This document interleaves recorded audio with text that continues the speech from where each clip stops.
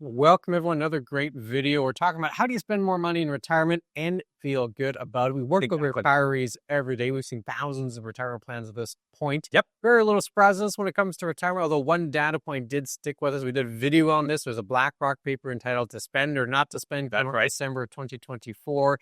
And what they found is retirees effectively are not spending their money. Not at all. Across all wealth levels, most current retirees still have 80% of the pre-retirement savings nearly 2 decades in. So after 20 years, they really had not spent down their savings. Why is that? How do we get people to spend more money? We're going to dive into that. But first, let's start with why. Why is it hard to spend in retirement? Yeah, I mean, the biggest factor has got to be, you've been told your entire time frame that you got to save. So you're building a nest egg, and you're building that nest egg now maybe for yourself, but maybe you're also leaving that to somebody else in the next generation. So you want to make sure that that's still left when it comes to the next generation. That's one of the options. And again, the other factor is also struggling because of the change. You've been told, as I said, save your entire life. Now what we're telling you to do is spend it.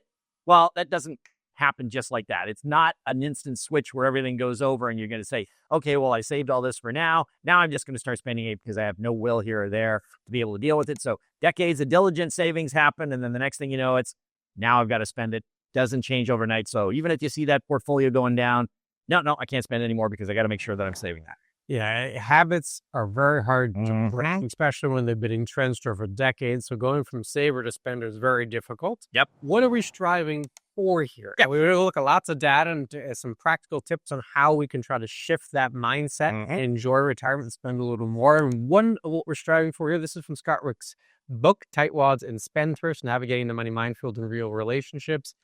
He's suggesting based on data referenced in the book, but you want the moderate middle.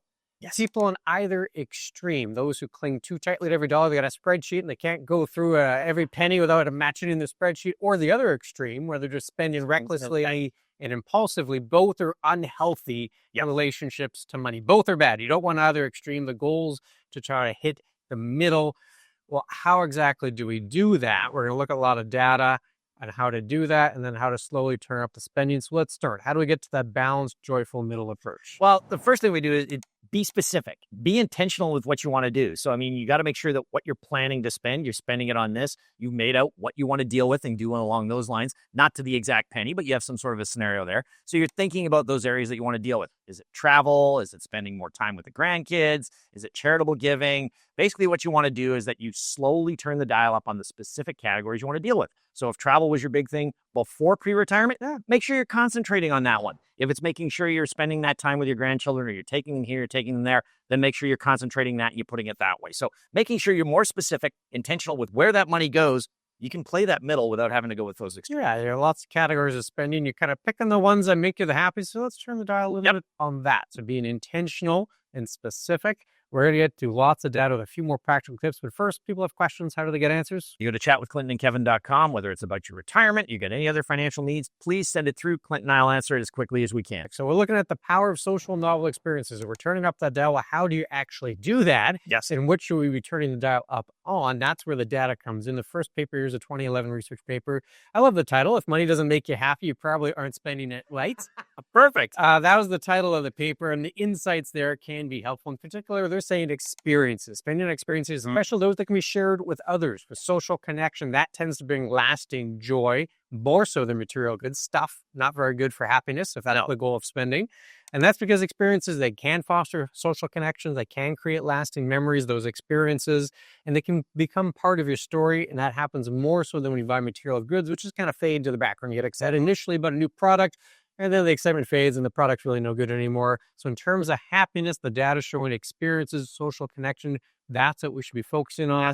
And we have a couple more data points to look at here. Yeah. So, I mean, basically when we're looking at it, the power of that social scenario, getting those experiences, going to ball games, doing things along that line, sharing it with it. So there was a study in BMC, the psychology, it highlighted that people who introduce a variety of novelty into their spending are going to have a little more of a higher life satisfaction. Variety is the spice of life. Exactly. And that's going to lead them to a variety of different things. So it's not just one area you're concentrating on. You're doing more of those social activities. Travel is a social activity. If you're going with people, meeting new people, things along those sort of lines. You're reviewing it in Harvard Business Review that, consumers get more happiness from spending on a variety of smaller pleasures than they do on one big, simple one. So, if you're several weekend trips through the year, instead of that expensive 2-week vacation, you're going to get more out of the first than you are out of the second. Second's really nice and you've done it, but it's over with. It's sort of like the same thing as buying something, right? You bought it, you enjoy it right then and there, and it gets put away on the shelf. But if you do something different every weekend, now you're going to have those. So you see that it's in social connections, it's in experiences, a little bit of variety. The reason they say variety, this is according to the studies you just mentioned,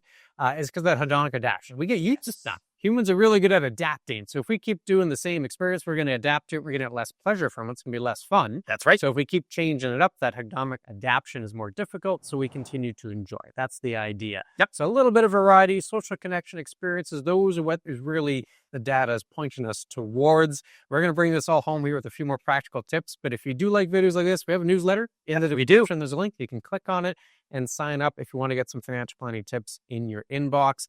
Bringing this home all right. We know we want to turn the dial up. We're trying to be additional. We looked at a couple of areas the data is telling us will create happiness in retirement. How do we actually turn that dial higher? Well, I mean, basically what you're going to do is you're going to start looking at spending within ranges from your plan. And remember, it all concentrates on what plan do you have. Having your plan, the Becker Orr mantra is really going to do that one. So, for example, if your target's $4,000 of after-tax spending a month in the model, and we take a look at the stress level being $5,000 to be sustainability, well, you don't actually have to do anything with that $1,000 if you want, or you can take a look at the $1,000 and say, here, this is what I want to do with it at specific times, and theoretically doing it on that scenario. So it's not just I'm going to concentrate on one area.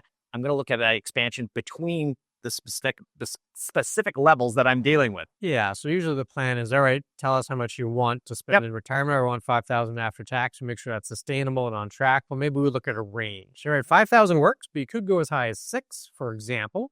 And now there's a little bit of cushion there. So if you wanted to turn the dial in one particular area for spending, you can do so up to $1,000 a month without worrying, okay, now my plan's off track. I'm going to run out of money. You can kind of put that fear aside because you specifically tested it as part of your financial plan. So using that range can give you permission to spend a little more in a few key areas to get a little more enjoyment out of retirement. If you like this video, certainly like the one on the screen now, all about how much money do you need to be happy. Click on that one. We'll see you again very soon. Take care.